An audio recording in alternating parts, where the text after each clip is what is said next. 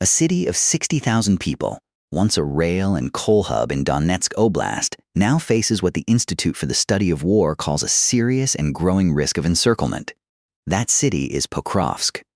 ISW's daily campaign assessments describe Russian forces pushing on two fronts at once in recent weeks, grinding toward Pokrovsk itself while also advancing into neighboring Zaporizhia Oblast. Analysts say the combined pressure has stretched Ukrainian defensive lines thinner than at almost any point earlier in this stage of the war. So what actually changed, and why are analysts, including reporters at the Kyiv Independent, now using words like escalating crisis instead of the more cautious language used through most of the past year? This video walks through what is confirmed, what is reported but unverified, and why Pokrovsk keeps coming up as the place to watch. Pokrovsk has held so-called fortress city status for a long stretch of this war. In practical terms, open-source military analysts say that designation comes down to the city's role as a logistics and transport node, a place where rail lines and highways converge, and where units further along the front get resupplied. Fortress cities are typically fortified with layered defensive lines, and Ukrainian forces have reportedly used urban terrain and prepared positions to slow Russian advances here for well over a year. According to ISW's assessments, Russian forces attempted to take or isolate Pokrovsk multiple times before, and those earlier pushes reportedly stalled or were repelled. That history matters because it's part of why some analysts are cautious about calling this new push decisive. Reporters covering the frontline note that Russian offensives near Pokrovsk have previously advanced in fits and starts, gaining ground in some sectors while losing momentum in others. Part of why Pokrovsk keeps drawing this level of attention comes down to plain geography rather than symbolism. According to open-source mapping of the region, several road and rail corridors that Ukrainian forces have used to move supplies and equipment toward the Eastern Front pass through or near the city. Losing free use of those corridors wouldn't, on its own, collapse the wider front, but analysts say it would force slower, more exposed resupply routes for units operating nearby. It's the kind of logistical squeeze that compounds over weeks rather than causing one dramatic failure. What's reportedly different this time, according to ISW's daily updates, is the geography of the pressure. Rather than concentrating solely on Pokrovsk's immediate approaches, Russian units are said to be advancing simultaneously into Zaporizhia Oblast to the south. Analysts describe this as a two-front problem for Ukrainian commanders. Defensive reserves that might otherwise reinforce Pokrovsk are reportedly needed to respond to movement elsewhere along the line. That's the core of the encirclement concern open-source analysts are tracking. Not that either front alone is collapsing, but that pressure in two places at once forces harder choices about where to commit limited manpower. Here's the complication that has reportedly reshaped how analysts talk about this. Sustaining a defense across two active sectors depends on resupply routes staying open. According to Kyiv Independent frontline reporting, some routes into and around Pokrovsk have come under increasing strain as Russian forces push to sever or threaten them. Unconfirmed reports suggest fighting has at times reached close to supply corridors rather than staying confined to open countryside. But the exact status of specific roads on any given day is hard to verify independently, and ISW itself flags much of this granular, block-by-block detail as unconfirmed pending further corroboration. It's worth being clear about what that uncertainty means in practice.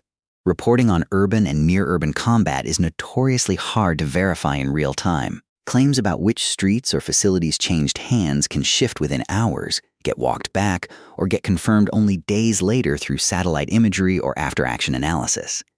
That's precisely why organizations like ISW label so much of their day-to-day tracking as assessed rather than confirmed.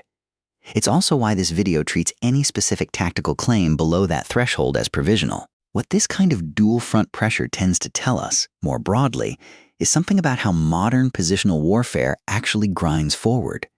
It's rarely a single dramatic breakthrough.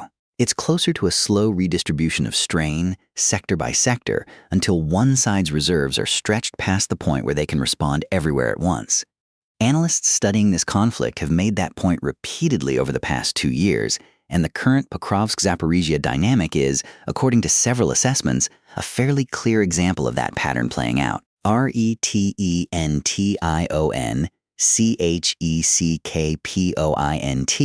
50% mid-roll hook repose question. So where does that leave the question this video opened with? Is Pokrovsk actually at risk of being surrounded? Or is this the kind of pressure the city has weathered before? The honest answer, based on publicly available assessments as of late July 2026, is that analysts are not yet treating encirclement as confirmed or inevitable. It's described as a serious and rising risk, tracked daily, not a settled outcome. No territorial claim in either direction should be treated as final until it's independently corroborated by multiple sources or, where available, satellite imagery. There's a fair question worth sitting with here, and reasonable people disagree on it. Whether Western coverage of frontline cities like Pokrovsk sometimes moves faster than the verified facts on the ground actually support. Some analysts argue daily assessment cycles can amplify uncertainty into alarm before it's warranted. Others argue that in a war where information itself is contested, erring toward frequent, clearly labeled updates, even uncertain ones, serves the public better than waiting for full confirmation that may never come cleanly.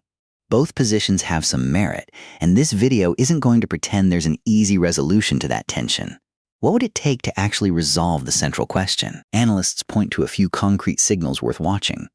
Continued Ukrainian control of the main routes into Pokrovsk would suggest the defense is holding.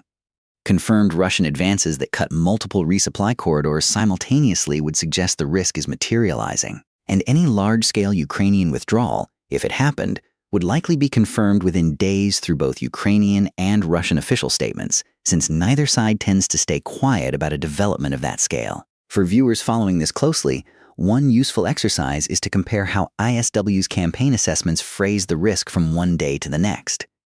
Watch for shifts from language like reportedly advancing to confirm to have severed. That shift in verb tense often does more work than the headline itself. RETENTIONCHECKPOINT. Last 60s payoff open loop. As of this recording, Pokrovsk remains contested, its logistics under pressure but not confirmed cut, and the wider Zaporizhia push continues to be tracked as a parallel and connected development rather than a separate story. That's where the reporting stands right now, and it will almost certainly keep shifting in the days ahead. If you want to follow this yourself rather than take any single video's word for it, go directly to ISW's daily Russian offensive campaign assessments, cross-check them against Kyiv Independent's frontline reporting, and watch for how each source qualifies its own claims. That habit, checking the qualifiers and not just the headline, is really the best way to follow a story like this, and it's worth carrying into whatever frontline development gets reported next.